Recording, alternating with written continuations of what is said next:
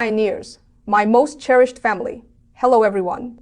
Today, I do not want to sit on a serious high-tech stage for a press conference.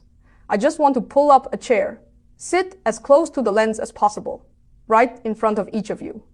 Let us chat like old friends who haven't seen each other in a long time. I looked at the calendar. Today is December 2025.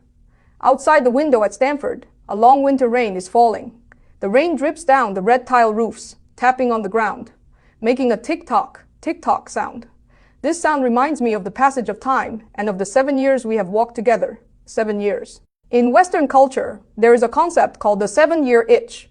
It suggests that no matter how passionate a relationship is, after 7 years of trivialities and friction, it enters a period of fatigue, where one might even want to give up.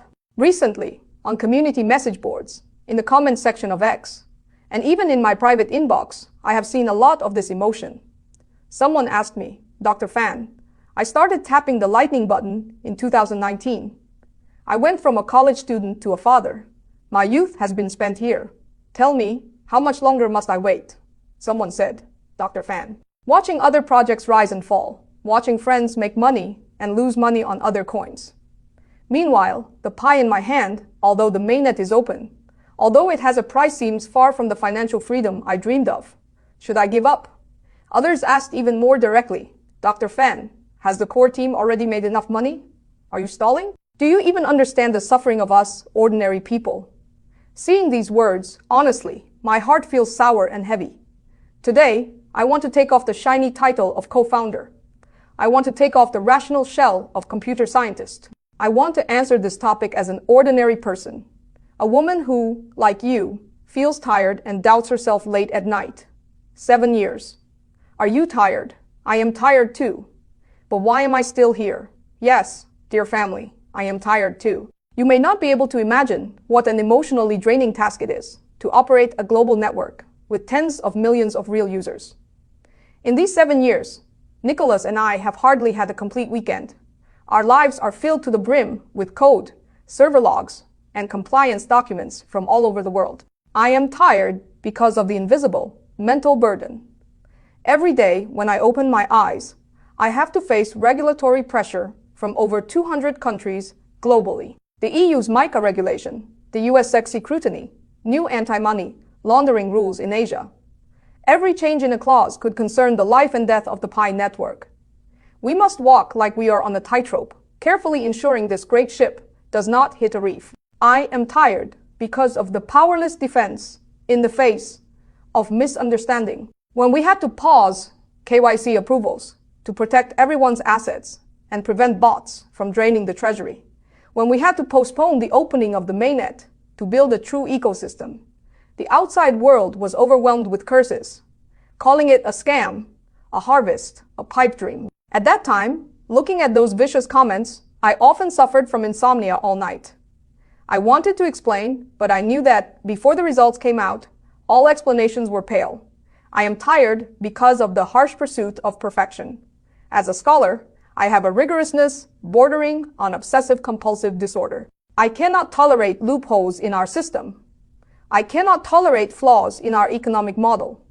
Every technical upgrade, every algorithm iteration, we have to test hundreds or thousands of times. Because I know that in this decentralized world, once a mistake is made, it is an irreversible disaster. It is irresponsibility towards tens of millions of families. So, when you ask me, Dr. Fan, are you tired? My answer is, tired? I am very tired. I am also flesh and blood. I also wake up on a certain morning, look at the increasing gray hair in the mirror, look at the deepening wrinkles at the corners of my eyes, and ask myself, Chengdiao Fan, what are you after? Why don't you choose an easier life? With our resumes, we could totally go to Google, to Meta, take a top-tier salary, and live a comfortable 9-to-5 life. Or, 3 years ago, we could have been like those meme coin projects. Launch a coin, pump the price, cash out at the high point, and then go sunbathe on a beach in Hawaii, never caring about the mess left behind.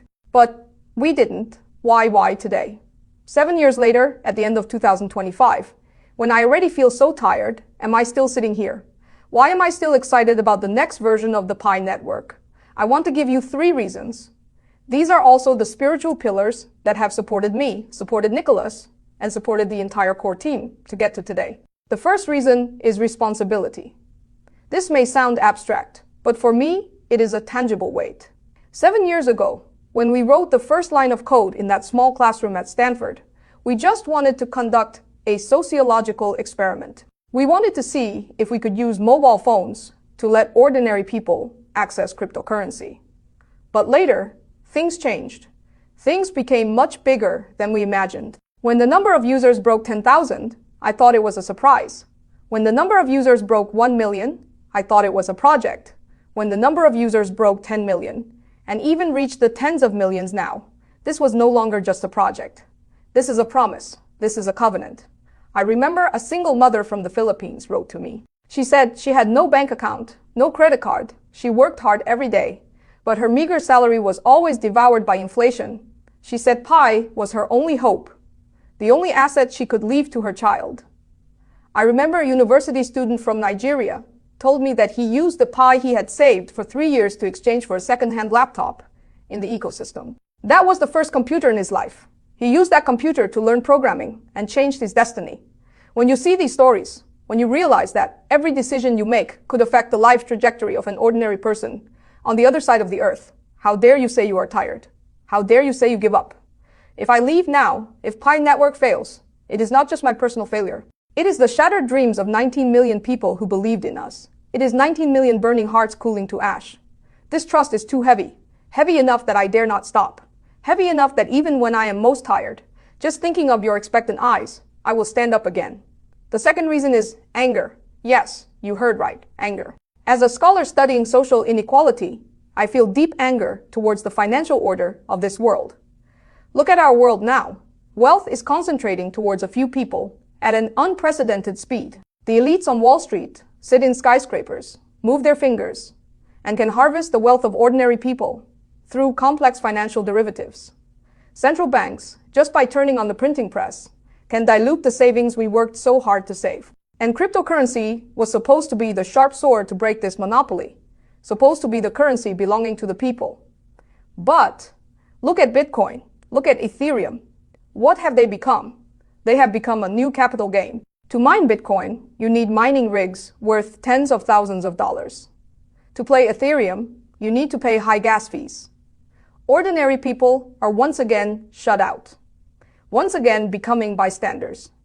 I refuse to accept this. I do not believe that technology can only serve the rich. I do not believe that ordinary people are destined to be refugees in the financial world. I stay here because I want to prove there is another way. I want to prove that we don't need expensive graphics cards. We don't need to consume the electricity of a country. We don't need profound computer knowledge. As long as there is a mobile phone, as long as there is trust between people, we can create a currency belonging to billions of people. Every single thing we have done in these 7 years is a declaration of war against the old order. We insist on one person, one account, insist on KYC, just to prevent the machines of capital from coming in to do evil. We insist on mobile mining just to let the farmer in Africa and the white-collar worker in New York stand on the same starting line. We insist on ecosystem construction, just to let currency return to the essence of payment, rather than chips for speculation. In these 7 years, we have suffered countless eye rolls and ridicule. So-called blockchain experts mocked us as mobile check-ins. Speculators on exchanges mocked us for having traffic, but no price. But now, in 2025, we did it. We built the world's largest real identity encrypted network. We let 19 million living people own on-chain wallets.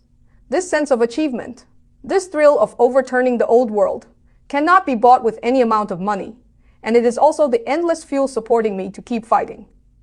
The third reason is because I saw the future. 7 years for a person is long, but for a civilization, it is very short. Many pioneers feel tired because everyone is still using the timescale of the internet era to measure the changes of the blockchain era. Everyone is used to downloading an app today, ordering takeout tomorrow, and hailing a car the day after. This kind of speed is the speed of business models, the speed of burning money for subsidies. But Pi Network is not building an app. We are building a digital nation. We are laying the financial railroad tracks of the future. In these 7 years, we seem to walk very slowly, But in reality, we were drilling through rock, we were filling in ravines. Look at our foundation now. We possess a compliance architecture capable of passing the MiCA regulation, which is the ticket to the European financial market. We possess a massive distributed node network capable of resisting the threat of quantum computing, which is the shield for future security. We possess an identity verification system capable of interfacing with AI agents, which is the bridge to silicon-based civilization. I stay here because I know better than anyone where Pi Network stands right now. We are on the eve of an explosion.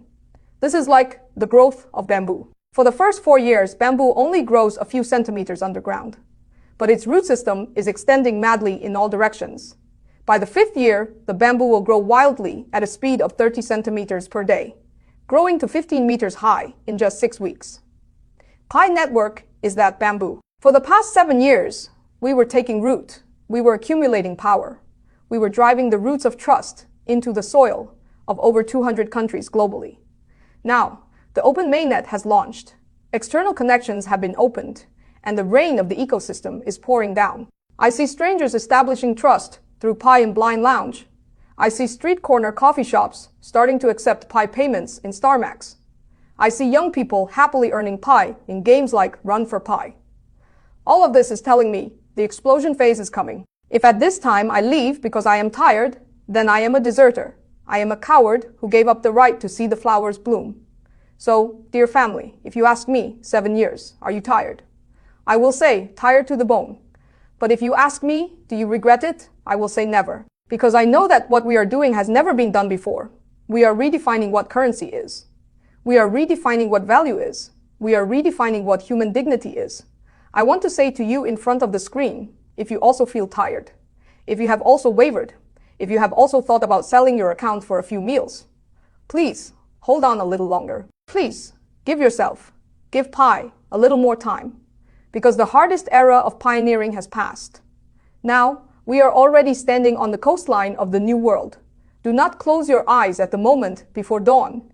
Do not turn away and leave when the door to the treasure is about to open. These 7 years, your every click, your every wait, your every silence after being ridiculed are the chips you have deposited for this future. Please believe time is the fairest judge. It will not fail every long-termist. I am Chung Diao Fan. I am still here. I am still in this office at Stanford. Even if my hair turns white, even if my steps become slow, I will guard this lamp, guard this network until it illuminates the life of every single one of you. Let us wipe away the sweat, pack our bags, and continue the journey, because better scenery lies just ahead. Thank you, everyone. Thank you for your companionship, day in and day out, for 7 years.